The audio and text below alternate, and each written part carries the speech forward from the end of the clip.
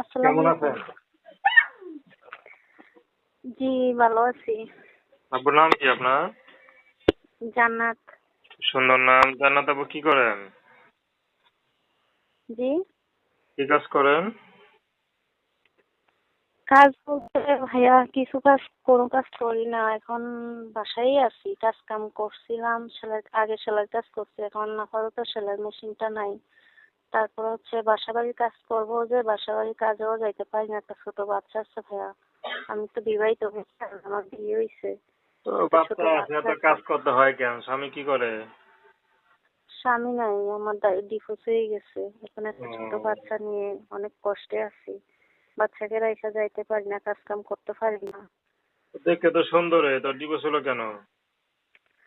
Divorce হয়েছে, স্বামী ভালো না, গাঁজা মদ খায়, নেশা করে, টাকা পয়সা চায়, না দিতে পারলে মারে ধরে অত্যাচার করে, সেজন্য ডিভোর্স হয়ে গেছে এক পর্যায়ে।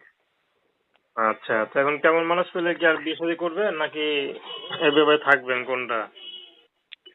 বিয়ে শাদী বলতে ভাইয়া, গরিব মানুষ, টাকা পয়সা মনে করেন যৌতুকের জন্য বিয়ে শাদী বসতে পারি না। আর বিয়ে শাদী তো বসছি, এখন তো দেখলাম এই পুরুষ কিরকম, বিয়ে করে একটা বাচ্চা হয়েছে, এখন চলে গেছে। এখন যদি দেখি আমার কষ্ট দুঃখের পাশে কেউ যদি দাঁড়ায়, ওকে যদি পছন্দ করে আমার বাচ্চার দায়িত্ব নিতে পারে, তাহলে আমি বিয়ে শাদী বসবো। আর যদি বলে যে না, বিয়ে শাদী মানেই করবে, পাশে দাঁড়াইতে পারবে না, তাহলে ওরকম হইলে চাই না। আগে পাশে দাঁড়াবে, দেখবো, জানবো, শুনবো, হ্যাঁ, তারপরে বিয়ে শাদী বলবো। সে বয়স্ক হইলেও সমস্যা নেই, বিবাহিত হইলেও সমস্যা নেই।